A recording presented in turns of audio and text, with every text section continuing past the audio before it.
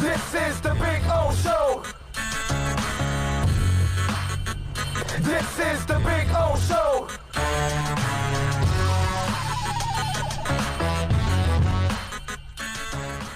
And Lute says, thank you for the best wishes, guys. Could you update me on Noah? I feel like I haven't seen much of him this season. Well, dude, you can thank the other young kid that they picked up last year why you don't see Noah. You know, that's really what it all is. It's all about Nick Needham. Look, X is not injured, so you're not seeing Noah. Jones is not injured, so you're not seeing Noah. And Needham is playing well, so you're not seeing Noah. It gets down to him being a dime guy at best at this point. That's why you're not seeing Noah. And I don't know if that's a bad thing, because right now you're in a playoff race, and he was clearly lost.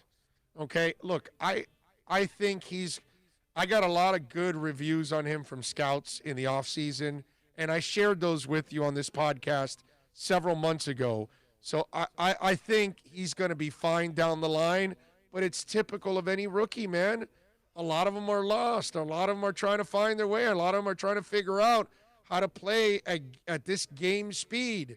So this year is probably more of a lost year for him, where he's not going to play a lot because they happen to have a deep secondary.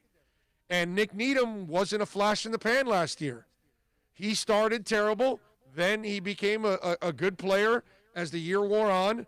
And by the end of the year, we were all like, hey, man, this is actually a good pickup. We do need him. Because, yeah, we do need him, because we didn't need to see him much early on in the season, and yet he made the comeback. And then he comes this year, and he started slow, but then he picked it up. Because, remember, he wasn't playing early on either. And then he started playing more, and now he's in a groove. Now he's playing well. Had an interception this past week.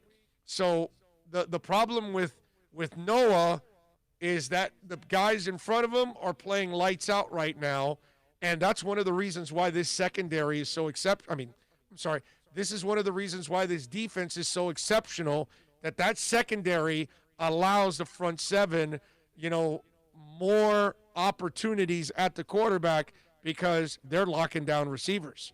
And when you're playing zero coverage and you're willing to go one-on-one with guys, that's ballsy on the coach's part. It's skillful on the player's part, and unfortunately, it's bad news for Noah, because the guys in front of him are playing so well that he's not getting the opportunity that he normally would. When we got to see Noah, would you say it was 2 or 3 bad, 1 good? It wasn't like a total bust, but he did make a couple plays, but obviously the ratio was probably 2 or 3 bad plays to 1 good play. Is that the type of ratio we're looking at? I mean, listen, overall, he didn't play well.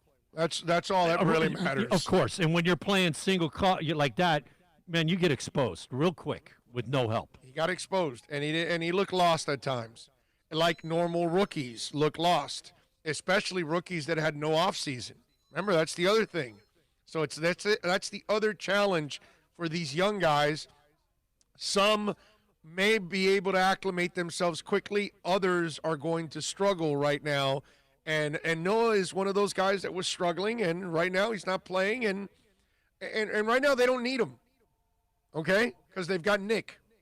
There you go. How about that? They don't need him. They got Nick. So that's the way it goes. But eventually that kid will get the opportunity